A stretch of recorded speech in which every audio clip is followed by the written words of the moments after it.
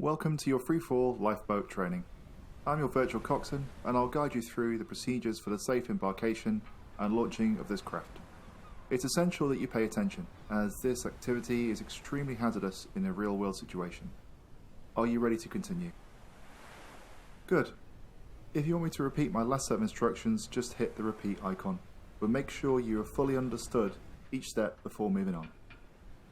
As I guide you through the training, I will highlight in blue items that you need to know. The location of these items might not be immediately apparent. Look down at your left wrist. The compass you see will also indicate the direction of the item to assist you in finding it. Look down to the deck around you and you'll see a glowing blue cube. This is what objects will look like when I highlight them for you. Notice how your wrist compass also tracks the location of the cube. Point and click at the cube with your controller to show me that you found it. I may ask you to move to a specific location or towards a piece of equipment. You will see these highlighted in blue when relevant. Simply click to interact or move towards something. For example, the hatchway is now highlighted. Point and click on it to move towards it. Before arriving at the muster point, you may have been provided with a survival suit or life jacket. Keep these on unless I instruct you otherwise. If you arrive at the muster station without this equipment, it may be provided for you. Ensure that you are still familiar with the procedure for donning both a survival suit and a life jacket. If you are unsure, see your onboard safety officer or representative immediately. When I'm happy that everyone is properly dressed and equipped, I will tell everyone to enter the craft in a set order. This is not decided by rank, role or department. It is under my instruction only. Normally, you will simply be instructed to board the vessel and secure yourself in the seat I assign to you.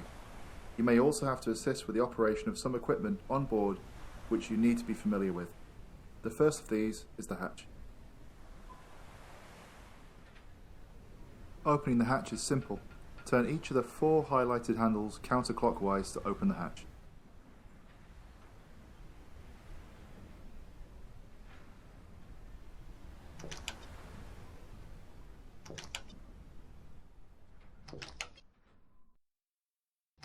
You probably noticed that you had to lean down a long way to open the hatch, so take care when you do this for real.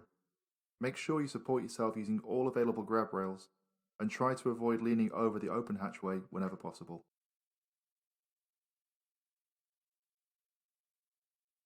If we are embarking anyone who is injured or incapacitated, then I will instruct that they are boarded first.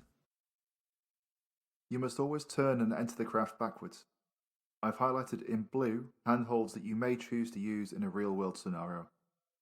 Remember to use all available handholds both around the hatch and inside the craft. I'll automatically move you through the craft. Turn around and face away from the hatch. When I give the entry command, click the Enter Craft button. Okay? Enter the craft. You may have to board the craft at night and in poor weather conditions. Once inside the craft, you will find that space is limited and it may be dark. Move directly and safely to your assigned seat. Do not stop in the aisle and always watch your head.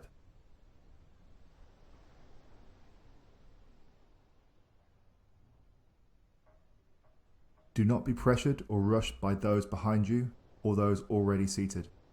If you fall or injure yourself by rushing, you will only delay the launching of the craft for all. You're now inside the craft at the aft end. Take a quick moment to look around and orientate yourself. Look towards the hatchway and you'll see a casualty on a stretcher being embarked. It's vital that we do this correctly. There is a reason that they are already strapped to a stretcher that you may not be aware of, and in all cases, we must assume that they have a spinal injury. Normally, a medical doctor would accompany the casualty. Remember that there are different types of stretcher and different variables that may change how this is done in practice.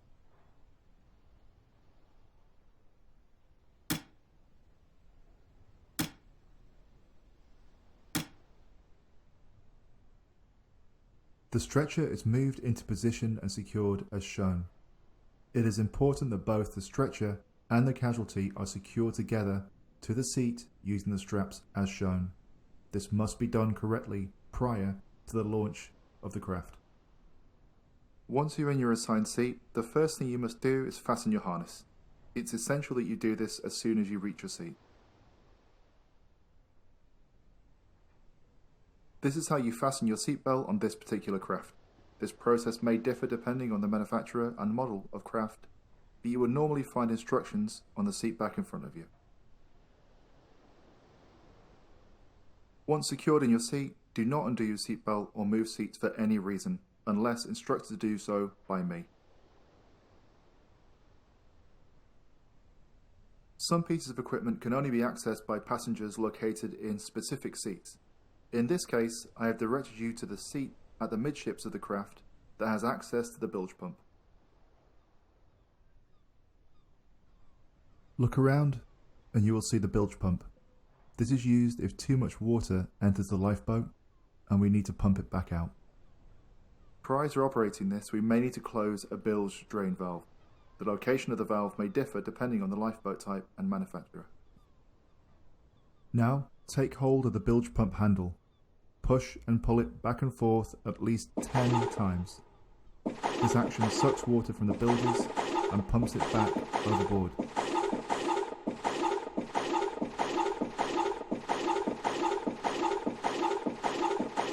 Good.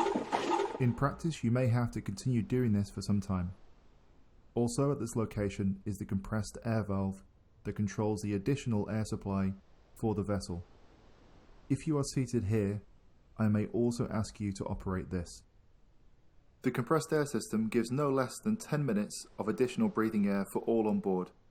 After this time, external air will be supplied. It must be manually activated. Prior to launching, if I need you to operate this valve, I will give you a clear command of air on. When I say this, you must operate this valve to activate the air supply. Ready? Air on. Once you have turned the valve on, you must let me know by stating clearly back to me, air on.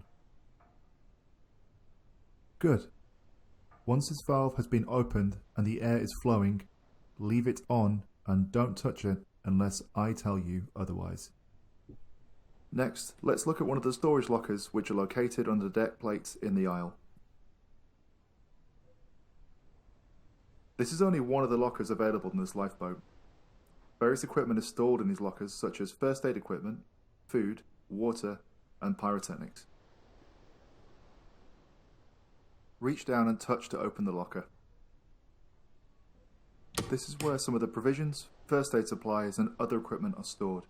Different craft may have different types and quantities of equipment depending on distance to land and administration exemptions.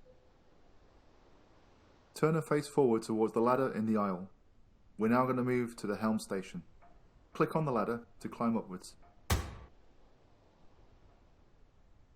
Normally only I'll be seated in this position, but I've situated you here for training purposes to show you the location of certain pieces of equipment that you may have to use in an emergency.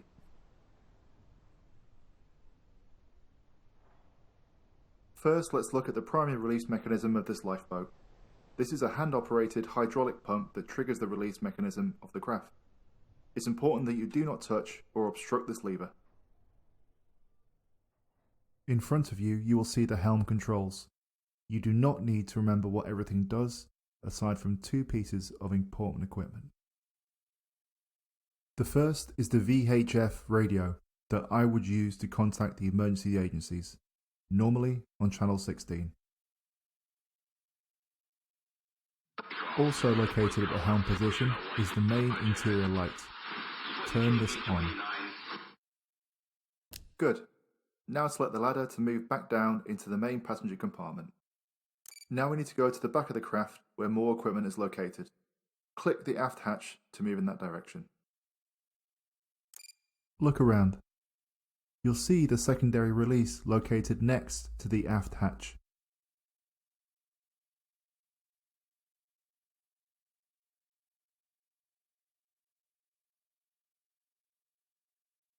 The only time that you should touch this is if you are sitting in this seat and I give you a command of primary release failed, secondary release required.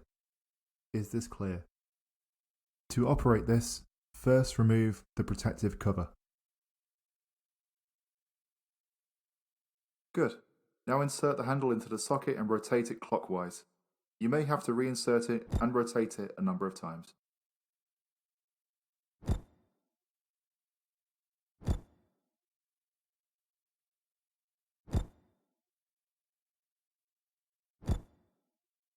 Good. Next, let's look at the emergency steering tiller located near the aft hatch. To use this, you remove the emergency steering tiller and insert it into the designated socket and follow my instructions.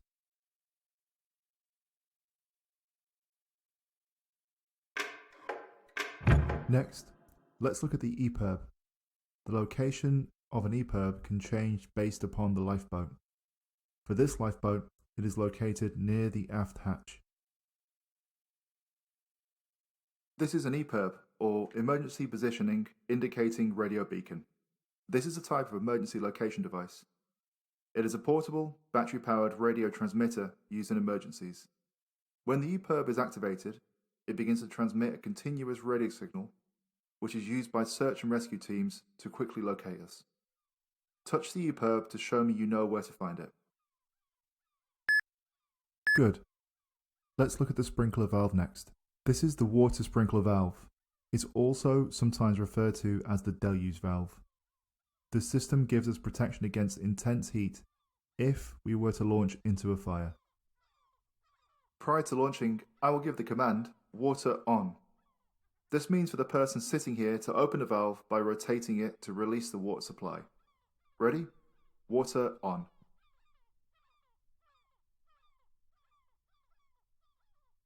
Once the valve has been turned on, I need you to confirm to me that this has been done by responding, water on. Is this clear? Now we're going to move you to the 5th seat on the starboard side, which will be your launch seat. When I am ready to launch, you will hear me shout, "Is anyone not ready?" If I hear nothing, then I will continue with the launch process. If you are not ready, for example, if you are still unable to fasten your harness, then you must tell me immediately. From this point onwards, you must prepare for launch by keeping the back of your head flat against your headrest and grasping the handles on the seat in front of you with both hands in a braced position. Grab these handles now. When I trigger the launch, you will hear me say, "Everyone secure, launching, launching." When the craft launches, you will hear the holding mechanisms around the craft release, and you will feel yourself being lifted from your seat as the craft begins to freefall. You will be pushed back into the seat when we come into contact with the surface of the water. Ready? Everyone secure, launching, launching. Maintain the brace position until the craft has stabilized on the surface and keep your harness secured. I will then maneuver us away from the area to a safe distance. You may experience disorientation, dizziness, or nausea. This is normal. Remain in your seat unless I instruct you otherwise. You may now release the handles. As I maneuver the craft, I will communicate with other vessels and search and rescue authorities to arrange recovery as soon as possible. Let's see what you can remember. If there's anything you're unsure about, then repeat the training. You can repeat the training a number of times if required, and will not be penalized for doing so.